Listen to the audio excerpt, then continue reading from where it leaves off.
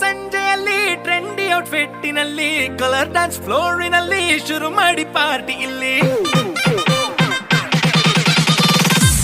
RDX song